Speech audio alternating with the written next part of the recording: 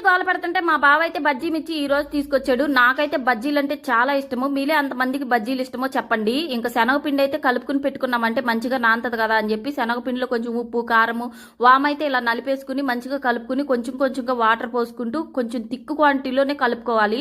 అప్పుడే బజ్జీలు పొంగుతీయి, ఆయిల్ కూడా ఎక్కువ పీల్చవన్నమాట. ఇంకా పచ్చిమిర్చికి స్టఫింగ్ లోకి కొంచెం వాము ఉప్పు అయితే మెత్తగా గ్రైండ్ చేసుకుని పక్కన పెట్టుకున్నాను. ఈ మిర్చి అంత స్పైసీనెస్ లేవు. మా బావకి స్పైసీ అంటే చాలా ఇష్టము. అందుకనే బజ్జీల్లో అయితే పచ్చిమిర్చి కూడా కట్ చేసి పెట్టాను. ఇంకా మనం ముందుగా చేసుకున్న పౌడర్ కూడా దాన్ని నిండుగా పెట్టేసుకున్నాను. వాము ఎంత పెట్టుకుంటే అంత మంచిది, ఎందుకంటే నైట్ తింటున్నాం కదా మేము. డిన్నర్ అయితే ఇంక ఇదే మాకు. ఇంకా అది అరగడానికి ఇంకా వాము అయితే ఎక్కువ పెట్టేశాను. ఇంకా ఆయిల్ అయితే డీప్ ఫ్రై సరిపడా ఆయిల్ పెట్టుకుని ఫుల్ హీట్ అయిన తర్వాత బజ్జీలు అయితే వేసుకోవడమే. భలే రౌండ్గా షేప్ అయితే భలే పొంగిని. మీరు కూడా ట్రై చేయండి, ఎలా వచ్చినాయో నాకైతే చెప్పండి. ఇంకా మధ్యలో కట్ చేసుకుని ఉల్లిపాయలు నిమ్మకాయ పెట్టుకుని తింటే టేస్ట్ అయితే వేరే లెవెల్ ఉంది. ఇంకా మీరు కూడా